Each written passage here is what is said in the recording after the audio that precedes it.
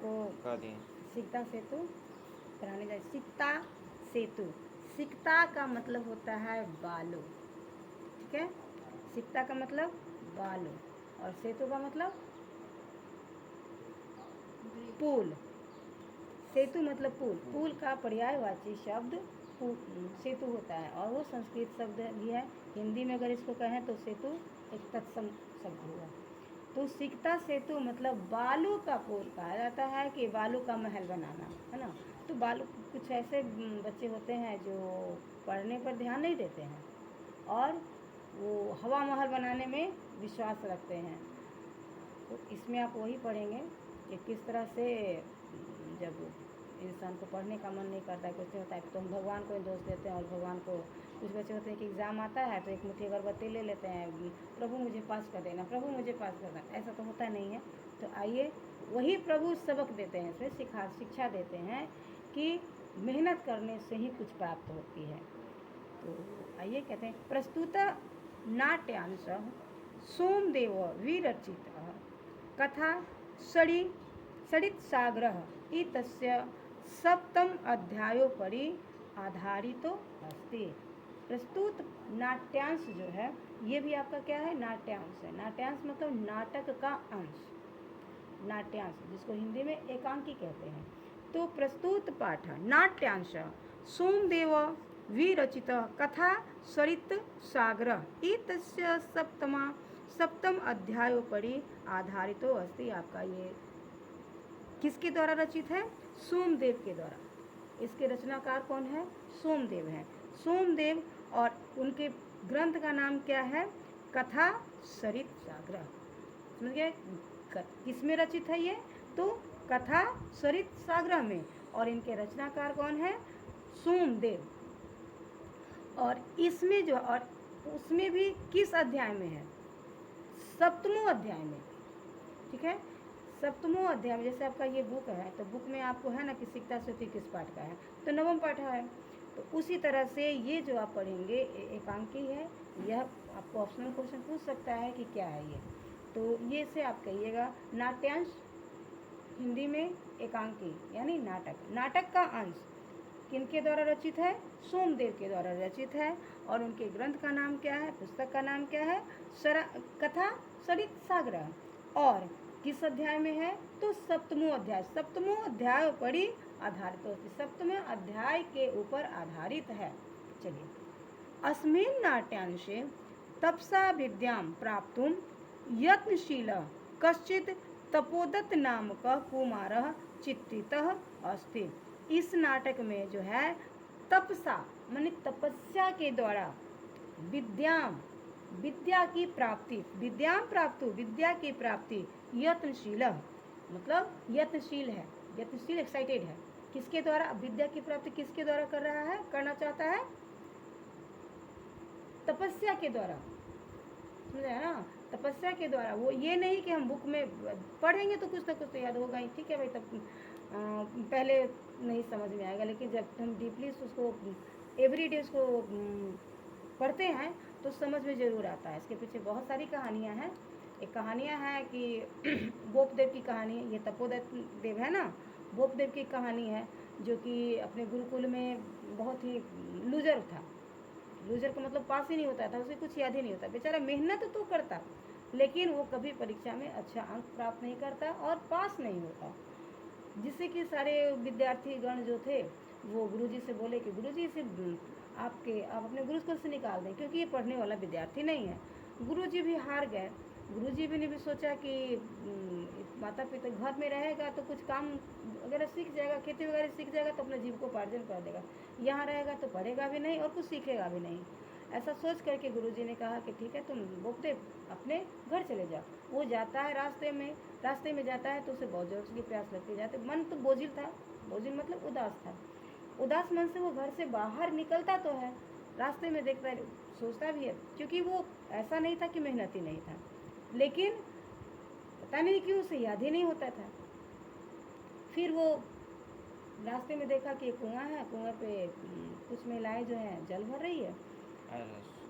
तो ये सुबह की जाकर के पानी पीते हैं, प्यास लगी है, तो रास्ते जब वहाँ कुआं के पास गया तो उसने देखा कि कुआं जो पत्थर के बना होता है ना, कुआं जो होता है ईंटा आटा कुछ कुएं को देखिएगा कि ईंटा से बना होता है और वो पत्थर से प्लास्टर किया हुआ रहता है, पूरे ठोस रहता है वो। देखा कि उसने जगह जगह पर वहाँ पे क्या है, निशानी है। तो निशानी है, तो उसने पूछा उन महिलाओं से कि माता इस कुएं पे निशान कैसा? तो उसने कहा, अरे मूर्ख, तुम्हें इतना भी नहीं पता है कि बार बार रस्सी को ऊपर नीचे करने पर एक वो जो है अपना निशान छोड़ती है। वो रस्सी का निशान है, कोई उसे बनाया नहीं है। छोटी सी बात है उसके दिमाग में लग गई। उसने सोचा कि जब एक पत्थर पे एक मामूली सा रस्सी क्या होता है, पत्थर के बेस पर तो कमज़ोर होता है, तो रस्सी इतना कमज़ोर होते हुए पत्थर पर बार बार आने जाने से अपना निशान छोड़ सकता है, तो भगवान ने तो मुझे मनुष्य बनाया है, मुझे दिमाग दिया है, अगर एक ही चीज़ को मैं बार बार अगर अध्ययन करूं तो मैं भी सफल हो सकता हूं। और ऐसा सोचकर वो वापस गुरुकुल चला गया। और फिर वही बोपदेव जो है बहुत बड़ा संस्कृताचार्य बना।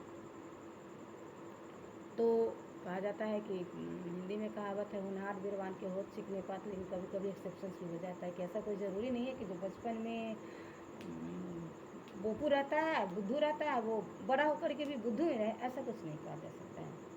हमारे नरेंद्र मोदी जी चाय बेचते बेचते प्रधानमंत्री बन गए, है कि नहीं? एक ही दिन ही बेचा होगा, लेकिन उनका नाम तो बैकग्राउंड में तो आ जाता है कि चाय बेचते। कहने का मतलब है कि कब क्या किसके साथ हो जाए ये भगवान जानते हैं, प्रभु जानते हैं, समय जानता है, हम नहीं जानते। हमारा कर्तव्य क्या है? मेहनत करना। तो ये कहता है कि ये अपनी विद्या की प्राप्ति किसके द्वारा कर रहा था? तपस्या के द्वारा, कि हम तपस्या करेंगे तो हमें बहुत सारी विद्याएं आ जाएंगी। और तो आपसे अगर पूछा जाए कि सिक्का सेतु में किसका चरित्र चित्रण है, तो आप सीधे कहिएगा कि तपोदत्त नाम का एक विद्यार्थी का, एक कुमार का चरित्र चित्रण है। तस्य मार्गदर्शनाय पुरुष वेशधारी, तस्य मतलब उसके, मार्गदर्शनाय कौन सा व्यक्ति है ये? मार्गदर्शनाय आपका तृतीय नहीं, चतुर्थी व्यक्ति है, के लिए, है ना? तो मार्गदर्शन के लिए पुरुष वेशधारी, पुरुष के वेश में देवराज इंद्र तत्र आगतवान, देवराज इंद्र जो है वहाँ आ गए। तत्र आगत्य अक्तवा प्रत्यय है ये, ठीक है? आगत्य आकर, अगत्य मीन्स आकर, तत्र वहाँ, आगत्य देवराज सिक्ताभिः सेतु निर्माणार्थम प्रयतते। अगर हम मनुष्य होकर इतने होशियार बन सकते हैं तो वो तो भगवान है, और हम सिर्फ अभी का जान रहे हैं और भविष्य की कल्पना कर रहे हैं, हम ऐसे हो जाएंगे वो निश्चित नहीं है, कल्पना है सिर्फ, may be may not be, हो भी सकता है नहीं भी हो सकता है, लेकिन प्रभु तो जानते हैं कि होगा कि नहीं होगा। तो वो इंद्र देव आए वहाँ पे और आकर क्या करने लगे? सिक्ता भी मतलब बालुओं का, सिक्ता भी बहुवचन है, बालुओं का क्या करें? सेतु निर्माण, हाँ, यानी सेतु के निर्माण के लिए, सेतु का निर्माण करने का क्या करने लगे? प्रयतते मतलब प्रयत्न करने लगे। किसका निर्माण? किस चीज़ से? सेतु से, बालू से। किस चीज़ का निर्माण? बालू से वो किस चीज़ का निर्माण करने लगे? सेतु का। सेतु मतलब पुल, जिसमें कि बड़ी बड़ी गाड़ियाँ चलती हैं। संभव है क्या? बालू में इतनी, बालू हेल्पर बन सकता है, बालू के बिना हम मकान नहीं बना सकते हैं, लेकिन बालू से ही बना ले ऐसा तो होता नहीं है। तो एतत् दृष्ट्वा तपोदत्तः प्रहसन वदति किमर्थं भो बालुकाभिः। यहाँ आपसे पूछा जा सकता है कि आपके पाठ में सेतु का पर्यायवाची शब्द क्या प्रयोग किया गया है? तो है आपका क्या है? बालुका, है सेतु। सिक्ता भी का पर्यायवाची शब्द बालुका भी। और इसी तरह से क्वेश्चन पूछा जाता है जब आपका पठित गद्यांश और पठित पद्यांश जो रहता है उसमें जो क्वेश्चन रहता है कि तो उसी से रहेगा, तो आपका इसी से पूछा जाएगा, ये दे देगा और इसका आप पर्यायवाची शब्द बोलिए। तो सिक्ता भी का पर्यायवाची शब्द हो गया बालुका भी। तो पूछता है तपोदत्त प्रहसन, हंसते हुए पूछता है, बोलता है, वदति, तपोदत्त हंसते हुए बोलता है, क्या बोलता है? किमर्थम भो, किस किस लिए ओ ओ किस लिए बाल का भी जल बंधनम निर्मासी, है ना, किस लिए तुम बाल का भी जल बंधन, जल का बंधन यानी सेतु तुम बालुओं से किस तरह से बना रहे हो, कैसे कर लोगे ऐसा तुम। निर्मासी ततो देवराजा प्रतिवक्ति, उस पर देवराज को तो ये था ही, वो तो ऐसा जान ही रहते कि अगर किसी के सामने अटपटा काम कीजिएगा तो वो तो क्वेश्चन पूछ ही देगा, एक्साइटेड हो जाए कि भाई ऐसा क्यों कर रहा है, ऐसा जो काम होने वाले नहीं वैसा करने की कोशिश क्यों की जा रही है। तो वो तो जानबूझ कर शिक्षा देने के उद्देश्य से तो आए ही थे। तो वो आखिर पूछ ही दिया कि तुम बालू से सेतु का निर्माण करने की कोशिश क्यों कर रहे हो, अथक प्रयास क्यों कर रहे हो जो कि संभव नहीं है। तब देवराज को मौका मिला और उन्होंने कहा ततो देवराजा प्रतिवक्ति यद यद अध्ययनम श्रवणम पाठनम विना यदि तुम विद्यां प्राप्तुम शक्नोसि तदा अहम अपि बालकाभिः सेतु निर्माणम कर्तुम शक्नोमि। जब तुम, ठीक है, देवराज कहते हैं, उत्तर देते हैं, प्रतिवक्ति उसके बातों की उत्तर देते हैं, यद यद अध्ययनम श्रवणम पाठनम बिना, यदि तुम जो है अध्ययन का पाठ बिना सुने बिना पढ़े विद्या को प्राप्त कर सकते हो। समझ रहे हैं, कितनी अच्छी जवाब है कि जब तुम अध्ययन किए बिना, अध्ययन को बिना सुने और बिना याद किए, बिना पढ़े, पठनम बिना यानी बिना पढ़े और बिना सुने, यदि तुम विद्या प्राप्त हो सको, विद्या की प्राप्ति के लिए सक्षम हो सकते हो, तदा अहम अपि, तब मैं भी बालुओं से सेतु का निर्माण करने में सक्षम क्यों न होऊंगा। ठीक है, कितने अच्छे जवाब है। तो देवराजस्य अभिप्रायं ज्ञात्वा तपोदतः विद्या प्राप्ति काम गुरुकुलम गतवान। इस प्रकार से जो होता है तपोदत के का दिमाग में बत्ती जलती है, उसे समझ में आता है कि ये जो कर रहे हैं ये मेरे ऊपर व्यंग कर रहे हैं, क्योंकि मैं भी तो वही काम कर रहा हूँ जो नहीं करना चाहिए। विद्या जो होता है ना, करत अभ्यास, आप अभ्यास करते करते ही आप उस चीज़ को पालेंगे। आप किसी भी विद्यार्थी के अंदर जुनून होनी चाहिए। जब तक आपके अंदर चाहत नहीं होगी, जुनून नहीं होगा, आप कुछ नहीं कर सकते, क्योंकि कहा जाता है आप रूप भोजन पर रूप श्रृंगार। भोजन अपनी मर्जी से और श्रृंगार दूसरी की मर्जी। क्यों? हमारा शास्त्र ऐसा कहता है।